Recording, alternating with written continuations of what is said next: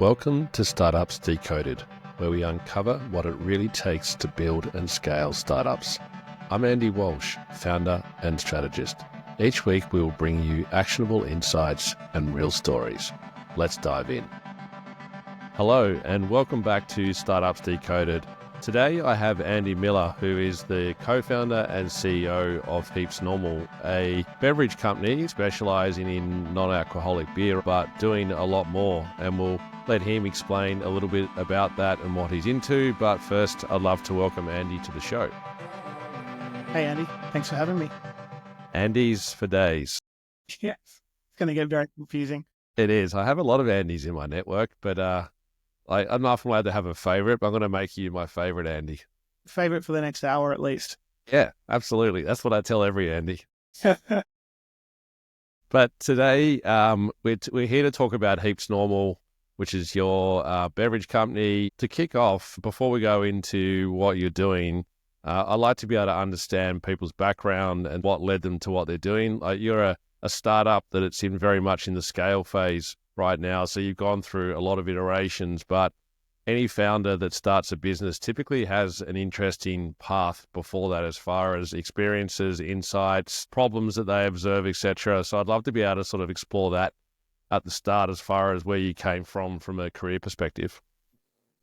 Yeah, I always set out to, I had a very varied career pathway, put it that way. And at some point along the way there, I thought, hey, this is going to be my superpower. It's just being a generalist. And so many of the people that I was working with, mentors of sorts, managers, advisors, said to me, you got to specialize. The people aren't going to know what to do with you. That your kind of patchwork of experiences doesn't translate to a job. And I thought I knew better as a youngster and kept just following my heart in a lot of ways, to sound a little bit cheesy, but went with opportunities that felt good to me, and post-rationalized the link between all of these things. And that ended up taking me from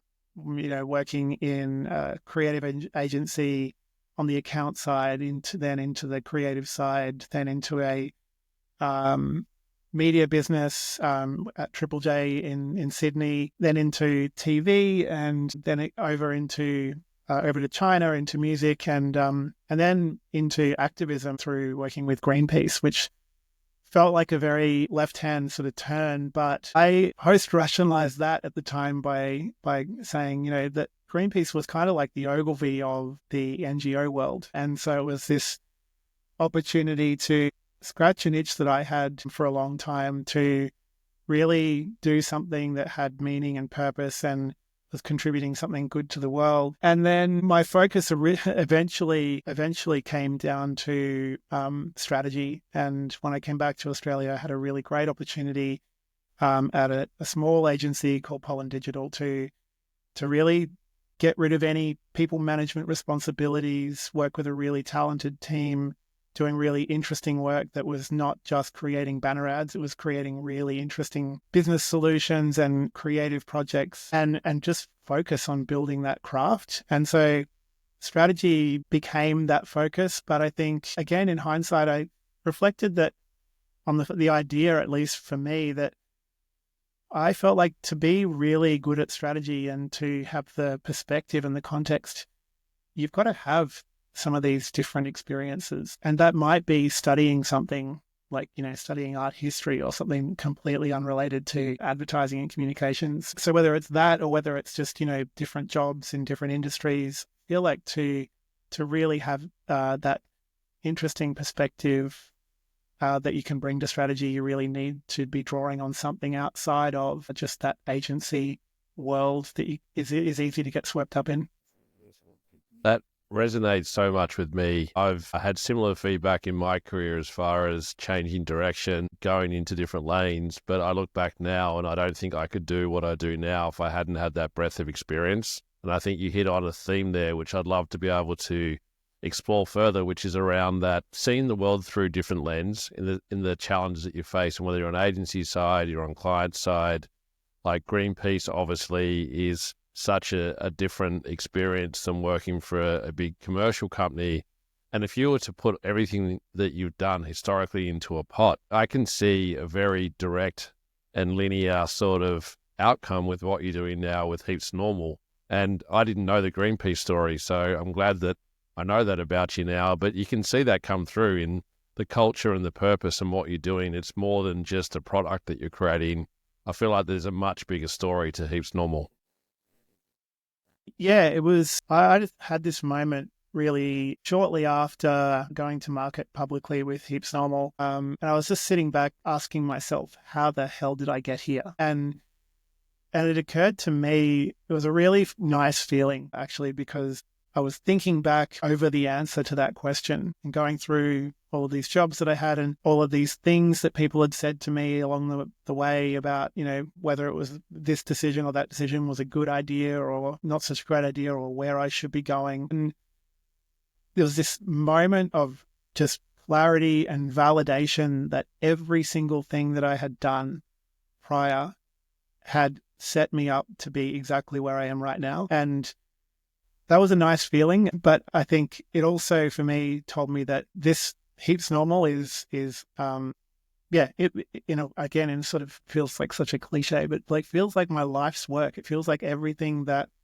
came before this was to prepare me for Heaps Normal. And so that just feels like it's a really great feeling. I hear you on the cliche piece, but I don't think cliche is the right word. I think for me, it almost is a foundation for a quality that a good founder needs to have. And I think that, one, for you to acknowledge the skills that you'd learned across the board, but then two, how you apply that. And that's from a personal motivation, but also from a product success as well with what you're doing. So I think that some people can be one or the other. They're very purpose-driven and have a very clear motivation, but don't know how to build a sustainable product. Or you have people that are pure product and don't understand the purpose part and the story and everything goes around it. So it's like having a beautiful desert island that no one can visit. So I think the fusion of both is the sweet spot to be able to do it. So to dig into Heaps Normal, can you just give us a little bit of a overview about what the vision of Heaps Normal was and sort of how it manifests today? Because it's got a very pure purpose and the product is part of that, but I think it's much bigger. Yeah. We started out with the idea that you didn't have to be sober to want to have a really delicious non-alcoholic option. That's, I think, the really functional foundation behind Heaps Normal. But we very quickly realized that we wanted to have a much bigger impact than just creating another, non-alcoholic beverage. And that meant for us, contributing positively to drinking culture. And drawing on that background in strategy and in particular, culture change and behavior change, something that I'm really interested in and have been for a long time.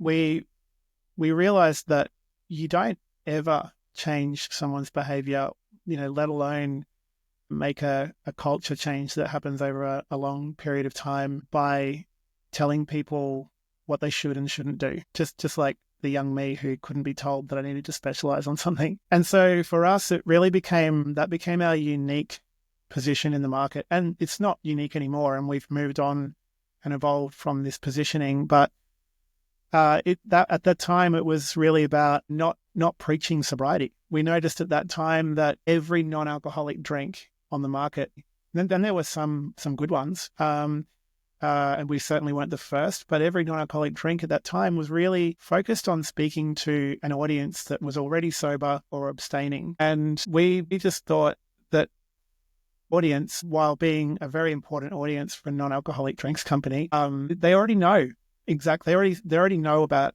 you as a non-alcoholic drinks company because they're seeking you out. They know how it fits into their lifestyle. They don't need to be converted. They don't need to be sold to. In the best possible sense of selling to someone, telling them telling them the story and kind of getting them excited and inspired. They're already there. So, we thought there's a much bigger job to be done in finding the people like us and helping the people like us find Heaps Normal, who don't necessarily identify with that idea of, being completely sober or abstaining. But they do want to cut back. They do want an option where they don't have to tell people why they're not drinking for one night or for one occasion. And, that audience is actually, pretty big. There's a lot of other people like us out there.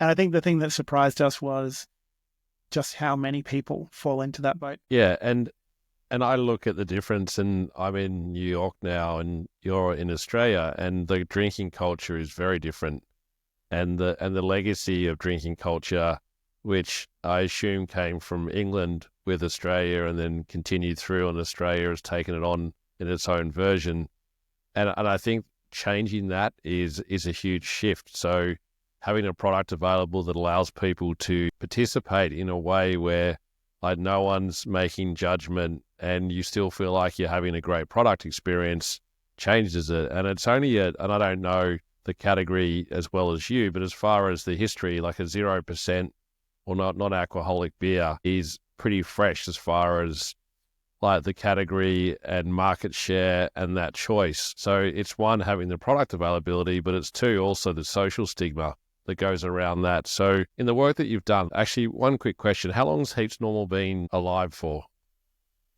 Just over 4.5 years, and we'll be coming up to 5 years pretty soon. Amazing. And that's huge to launch a product that at the time was still very new. People weren't actively seeking out non-alcoholic beer, and then turn it into the success that you have is such a huge success in my mind, and we'll talk about that a little bit later. But as far as the difference that you've seen in culture, I'm always fascinated on research. I'm a strategy guy too. Would you say in the work that you've seen and you've done from a company level or even outside research that the perceptions around non-alcoholic drinks from when you started 5 years ago to today, has that shifted? Yeah, it's mind-blowing how much it's shifted in such a short period of time. Talking about, how long it usually takes, to shift culture. I think the other truth in sort of culture change is that it comes in bursts. And so, there might not be change for, a long period of time, but there are lots of things bubbling away. And then all of a sudden, quite a few macro kind of elements come together and it makes it feel like something changes overnight, which is, I think, what has happened with non-alcoholic drinks. And so, part by design, part by, very good fortune, like the timing of Heaps Normal launching in Australia couldn't have been any better for us in the sense of those macro behaviors really colliding. The better for you kind of movement within the alcohol industry, people, increasing their spending on wellness, and then even something as horrific as, what everyone went through with the pandemic, I think was another catalyst for a lot of people to reassess a lot of habits in their lives, a lot of decisions around, the lifestyle that they were living, not just in terms of alcohol, but in terms of digital media consumption or exercise or anything, their relationships with people that they love. Yeah, it was another one of those things. So I think there's a lot of, and there's probably a couple there that I haven't mentioned, but I think that catalyst of these big, consumer behavior movements, I think has really kind of come together to change it. And then probably coming back to your question, noticing the difference now compared to 5 years ago, it still blows my mind. We recently told you a story about, someone in our network recently who gave me a call and said, I didn't really realize just how much of an impact Heaps Normal and, other companies like that had on drinking culture in Australia until I went to a couple of these industry events, and there were a few tins in the esky. And he said, I realized, like, first of all, Heaps Normal was the first thing to go. It was an esky full of booze, all free. And the first thing to run out was Heaps Normal. And he said, and the more interesting thing to me than that was that he said, and what I realized in observing everybody over the course of a few of these events was that I think Heaps Normal is everyone's first drink, because this behavior that he observed was that people were turning up and they were trying to gauge what was the social interaction going to be and how were they going to engage with this environment. Was this a very sort of straight up and down event where they wanted to kind of keep their head and probably just have one drink and leave, or have some more kind of serious conversations with people? Or was this a, let loose, go kick on to another bar later, kind of more of a party atmosphere? And so this sort of idea of, coming in, having a non-alc beer as your first drink was something that then sort of allowed them to comfortably integrate with, everyone else in the room, and then, in their own way, make that decision around, are they going down the party path or are they going down the, quiet night kind of path. That must be very humbling to have someone reach out and share that story with you. It is. It never gets old. It's really energizing for us because it means that the mission that felt very lofty and, hard to kind of pin down to how our day-to-day work contributes to it is actually working, and that the things that we're doing on a day-to-day or week-to-week basis and that all of our team are contributing to is having an impact. Yeah, and I see it with my own behavior, and I definitely would think I would be one of the early customers on Heaps Normal when I was back in Sydney there for a little bit, and carry through now here as well. And it's interesting, like the end of the day or the first beer at an event, like normally the first one disappears pretty quick and sort of sets up the tone for the night. So having a non-alc beer for the first one or two, it just changes the course of your night. And I see the difference in behavior, and I think the health flow and effects as well. And I don't want to go too much into this today because it's a much bigger conversation, but alcohol still feels like it's one of those things that has very long-term health problems associated with it, just like cigarettes had. Cigarettes were banned a long time ago in Australia. It's not banned, sorry, taxed and significantly sort of reduced as far as people smoking, and alcohol hasn't had that scrutiny yet in the same sense, because the social norm is that drinking in excess is okay. And I think what you're doing is changing that. And to sort of swing that into a question, you covered it there a little bit, but a lot of brands now are trying to find a way to put purpose into their brand strategy. It wasn't a purpose-led company to start with, and they now know that they have to build relationships with their customers in a way beyond the product, and their brand story goes around that. And you've done a lot of initiatives to change and shift the dial on how people relate to what you're doing. So from a validation perspective in that, like what sort of things are you doing? Because product validation is such a critical thing, and I talk a lot about it with the companies that I'm working with directly, is how do you get that customer feedback, and sort of what sort of things are you looking for to hear from people through that process to make sure that you're still staying true to not just the product, but the brand as well? Yeah, it's a big question. Before I answer that, I wanted to go back to what you said just a second before, which was about the role of alcohol and a relationship to other things, other industries like cigarettes. And I can definitely see some similarities there. And I guess it does dovetail into what you're asking about purpose there, because we genuinely believe that, we should just party on purpose. That's the message. That's the way that we think about it. And that means that if you want to have a cigarette, have a cigarette. If you want to have a drink, have a drink. And there's no judgment. There shouldn't be any judgment from anyone in those decisions. And I think the only thing that we kind of, believe about that is that you should do it on purpose. You should do it deliberately. Do it knowing the pros and the cons. And then, the theory I think behind that is that if you're doing it on purpose, you're not sort of mindlessly consuming it as a crutch or as a kind of distraction to something else, like whatever that is. It's you're using it specifically for an outcome that you want. And that's like, we're all adults. We can make these kinds of decisions. And so I think there's a purpose like to that as well, in the sense that I think in a lot of purpose-driven businesses, they're very black and white, and there's this idea that, if this is the purpose in its purest form, and if you don't get on board with that,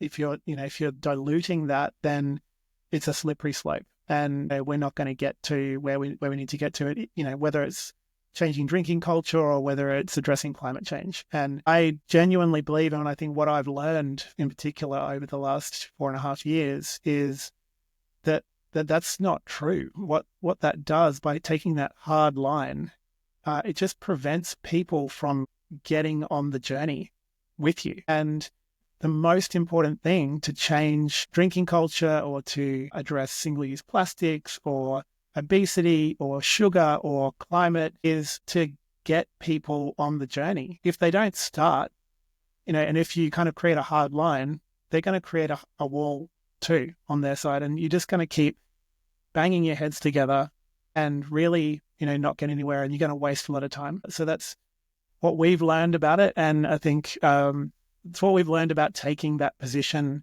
which just felt natural to us. It wasn't, we didn't have this sort of clear long-term sort of strategic theory of change when we launched. It came from a gut feeling that this was the right way to approach this. And we've certainly learned over that time the value of, just getting people on the journey, but also, maybe to kind of touch on another element to that, the role of play and bringing a lightness to purpose-led business.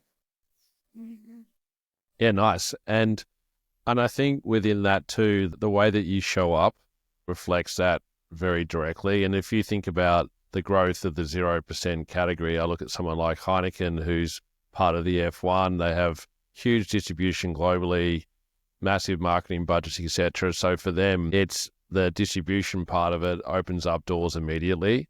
Whereas you came, I would say, sort of grassroots, bottom up, where you're showing up in culture in a way where you're an alternative and you're giving people a chance to trial and get on that journey that you talked about, where it's like you're not being told what to do, you're actually actively trialing and making your own decision. And I think giving people choice is a really great way to get people to think about change rather than telling them that they have to change, because that's never going to work. And you see it across all sorts of categories, right? It's people don't like to be told what to do. I see it with my kids, tell them what to do, something you can guarantee they're going to go and do it 5 seconds later. 100%. And I think it's like the modeling part of that is a big thing too. And I think in drinking culture, it's the same. If you have a drink in your hand, no one asks you a question. Right now, I would see Heaps Normal as a product in hand. If someone else is having an alcoholic beer, there probably won't be much debate about that anymore between friends, which is a great step forward. I'd love to be able to talk a little bit about some of your community programs, the things that you're doing to actually support creative culture and other ways to build brand relevance in an audience that, in the early adopter stage can be a little bit fickle and maybe hard to connect with.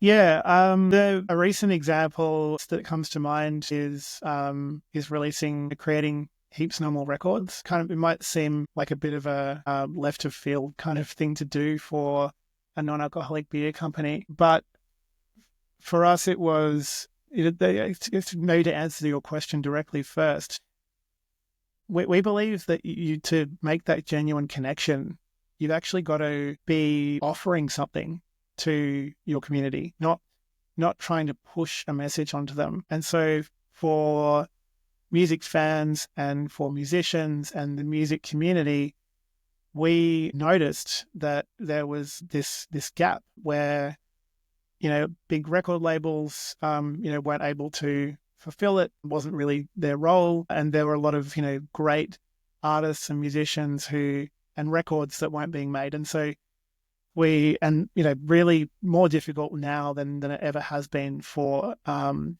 emerging artists to make ends meet and to have the time and income to be able to pursue their craft. And so we just thought, hey, look, this is an opportunity that feels something that we're deeply interested in, having worked in this space before, and believing from the very beginning that musicians and bartenders are really on the front lines of drinking culture. So there's an authenticity to our relationship there. And we noticed this opportunity to create something and to solve a genuine challenge for artists and in the music industry. So we created Heaps Normal Records to create the records that otherwise wouldn't have been made, and to give 100% of the profits from those projects directly back to artists to help them build momentum into the next project for them. And that was something that we didn't just launch overnight. It was, a culmination of meaningful investment in that audience and in that industry over the last 4 years, where we've been working with labels and managers and artists to ensure that there's genuine, delicious, non-alcoholic options for artists in their rider when they're touring and playing, 10 or more nights straight. Even if you want to have a drink, you probably don't want to be drinking every single one of those nights, because by the end of the tour, you're just going to be a shell of a human.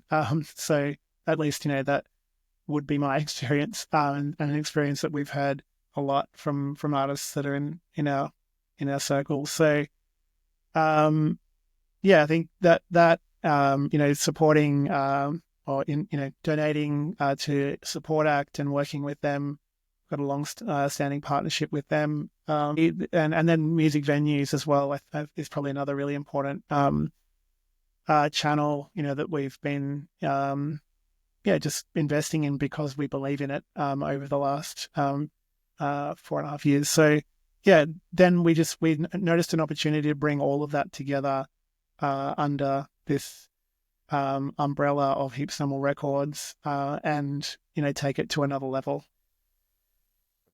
Yeah, and we obviously met back in the day through music and our mutual love from a consumer perspective, but also on the professional side. And being in that industry, it's definitely something that is like the slogan that is thrown around is that rock and roll lifestyle, where doing everything in excess is almost assumed and celebrated. So being able to support artists on a career that, as you said, is getting harder and harder each day for artists to be able to not just make money, but survive. So endorsing and uplifting creators is a powerful way to connect to a community, but you're also able to use that as a way to help change what is defined as normal. And the name itself does a good job of sort of like a provocation of sorts, I guess, in the sense of how do people define what normal is? Like what is like the cultural norm within that space. So it makes a lot of sense to show up there and to sort of to build on that a little bit, the way that you then show up and you're supporting artists, etc.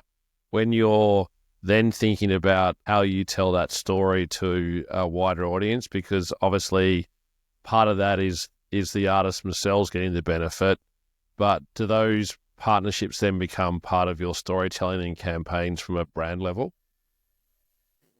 Yeah, we try not to ask too much of our consumer audience, other than to enjoy what we're putting out into the world. Whether that's the beer or whether that's the stories that we're telling. So we try not to beat people over the head with closing the loop on and kind of the lesson in the message, and really just throw a party. Make it a good party. And people will figure it out for themselves. The first time you go out and you don't drink, or you have a couple of non-alcs in between, your other drinks, and you still have a great time.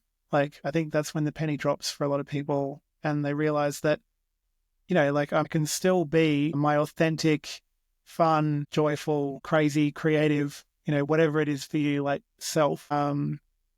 And I don't rely on any of these other things like alcohol or anything else for that to happen. Sometimes that's just an excuse we make it for ourselves, to be who we really want to be. Yeah, and that's so important. I think that it'd be a lot of people that would feel that alcohol gives them a security blanket of sorts to be able to relax, and not everyone is an extrovert and can blend in socially and and alcohol is definitely an enabler in that sense to be able to do it. So to find confidence in yourself to choose a non-alcoholic version and then socially interact and build confidence, like there's a few positive things happening in parallel with that, right? There's a behavior shift in yourself, but there's also a health change in the flow and effects of not consuming alcohol. So I think it's so fascinating, and I love the brand story of what you created. And I think one of the things I'm curious on too, I'm not up with the data, but when you started like doing the clock back, you pretty much launched right at the start of the pandemic. And in that point where alcohol consumption shifted dramatically, as you touched on earlier, within that, what sort of, do you know, estimate-wise, what percentage of beer sales in Australia were non-alcoholic beer when you first launched in market? Yeah. First of all, like, what a fucking terrible time to launch anything, right? Especially a drinks brand that relies on people being out at pubs and, on premise and that sort of thing. Pretty scary. And at that time, to continue on that theme, we're like, what were we thinking? Launching a non-alcoholic beer company in the middle of a pandemic with a summer beer style in winter, an unknown brand. And yeah, there were a lot of things there that didn't really make sense. So we must have really, really believed in it. But yeah, I think, the statistic there to support that was that, at least in Australia at the time, it wasn't even a fraction of a percent of how many of what, the share of non-alcoholic beer compared to the rest of the beer industry. And to put that in perspective, I think a lot of people feel like non-alc drinks are ubiquitous now. And, but in Australia, it's still only, 1, maybe maximum 2% of the total drinks industry. So, it's got a long way to go. And I think now is just the time. Now is when it's starting to get really exciting. Yeah, and I see the trend on the other side on the health part, and you touched on it a little bit before, but one of the biggest forecasted trends in startups and investment in 2025 is longevity. People are really focused on what are the things they can do to maintain a healthy life, not just now, but also into the future. So what are some of the long-term effects that you have? And I think most people are very much living day to day as far as I'm making a choice today and I'll deal with the consequences tomorrow if I have to, but no one's thinking about it 15 years, in 30 years, like what does that mean? And I think that will also combine, I think, very elegantly with what you're doing, where it's people actively start to seek out alternatives, even if they're not aware of it or if they haven't trialed. I think that will create this great momentum, which I'm excited about too, in changing that culture. And again, building on that part, some exciting news on your side. We were talking before the show, you've just got back from California where you've now extended the distribution of Heaps Normal into Whole Foods stores in California.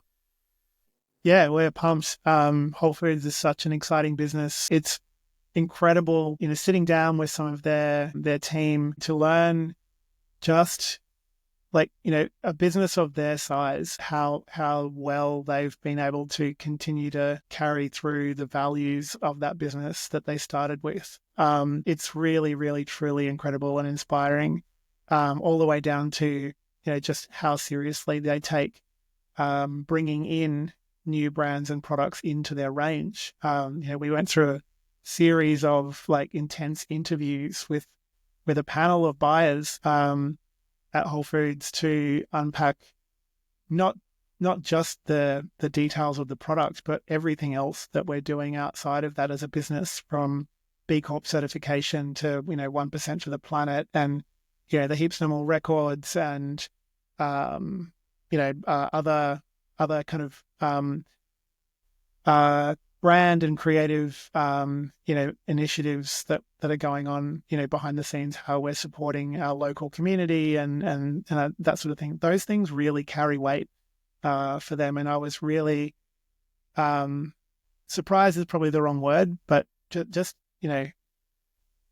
really inspired, like, to hear that a business of their scale has managed to retain those things. Yeah, and I think that if you look at trends in health, like we touched on before, and they're definitely living and breathing that focus on their category range and the scrutiny, and that's my first time I've heard around how they treat new products being displayed, and it's obviously huge distribution. I don't know how many stores you're in California right now. It's in Northern California, right?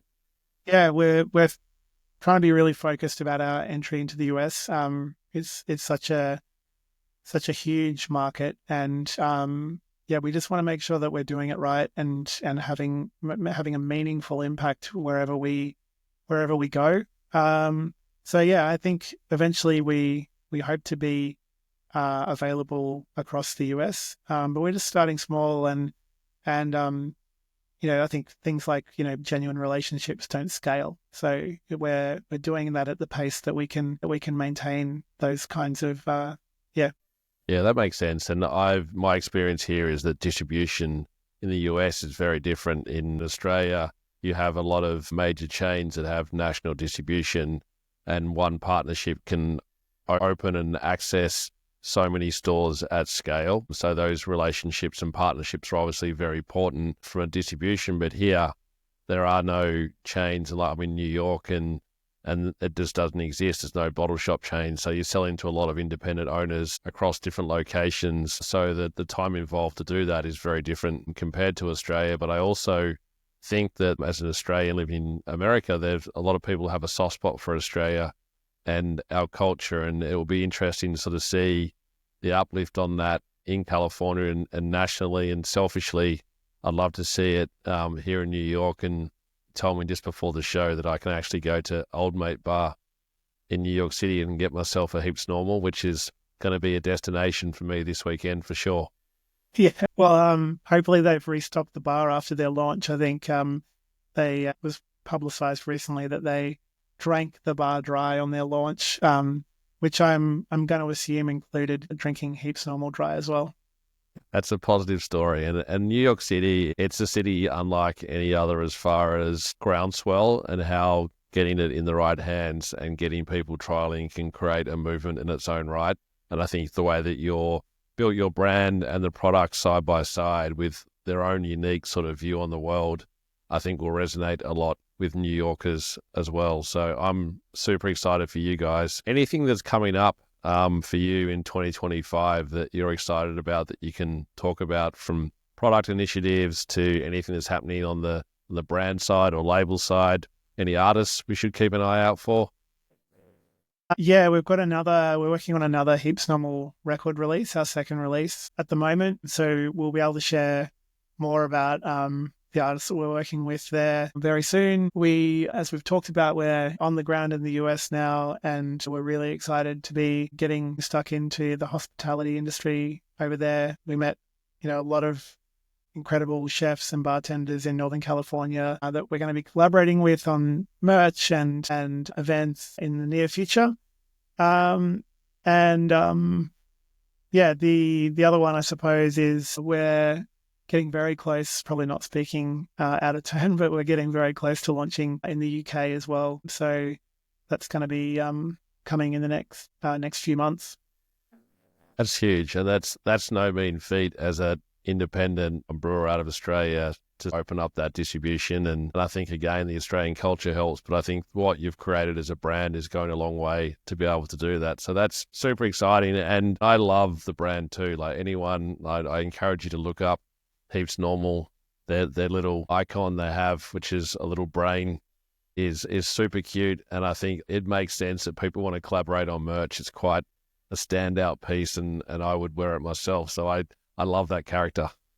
Thanks, mate. I think it reflects, the sort of the weirdness, I think, that we like to embrace in all of our own sort of personalities. And yeah, I think we didn't get a chance to touch on it just yet, but like you're saying, I think, there's this sort of idea of, crazy Aussies that resonates with a lot of folks in the US. I think, even more to that point, that there is, we believe we're all a little bit weird, and we, rather than sort of, try and mask that, or, try and, feel like we can only let that out, when, we're drinking, or, when we're, behind closed doors. We want to celebrate that weirdness, in all of us, because we feel like it makes life more interesting. It makes the party more interesting. And, it's sort of, if you feel comfortable and if you feel joy in being that authentic version of yourself and revealing those things that might be a little bit different about you, then you're also engaging in play. And that's when the fun really starts to happen and the stuff that really excites us. So, I think genuinely for us, that's what it's all about. I've probably just given away all the secret sauce that there is behind Heaps Normal. It's not actually about beer. It's just about feeling joy in the decisions that we make and feeling confident to be ourselves and to reveal ourselves to other people, because I think that's where genuine human connection happens. Such an elegant way to think about it, and probably a good way to finish up the show today. I don't think I could ask a question after that. That was beautiful. And I see it, and we touched on it with kids. Like, kids have this beautiful way to be able to make you not think about who's watching, having fun, being in the moment. And young kids are just the best to be able to bring out that creative energy that we, for whatever reason, peer pressure, I would assume, get self-conscious about what people think and not be true to ourselves. So being able to be the best version of ourselves and celebrate being the individual would make the world a much better place. And I think right now people need some positivity and finding those moments. So I think it's a great thing to be able to create a movement around being an individual, not just selling a product. Yeah, thanks. I'm really stoked that to have you as one of our first customers and as someone who's still following our journey. So really, really grateful for the interest and the time to chat. Amazing. Thank you, Andy Miller. Andy is CEO of Heaps Normal, a non-alcoholic beer out of Australia, but now in California. It's been, for me, a real treat. Andy and I have not had a chance to have a chat for a while, so a podcast is a great way to do that. You're listening to Startups Decoded. We come in every Wednesday, so episodes dropping, more guests like Andy. Please follow, share. Positive 5-star ratings are appreciated, but I'll see you next week.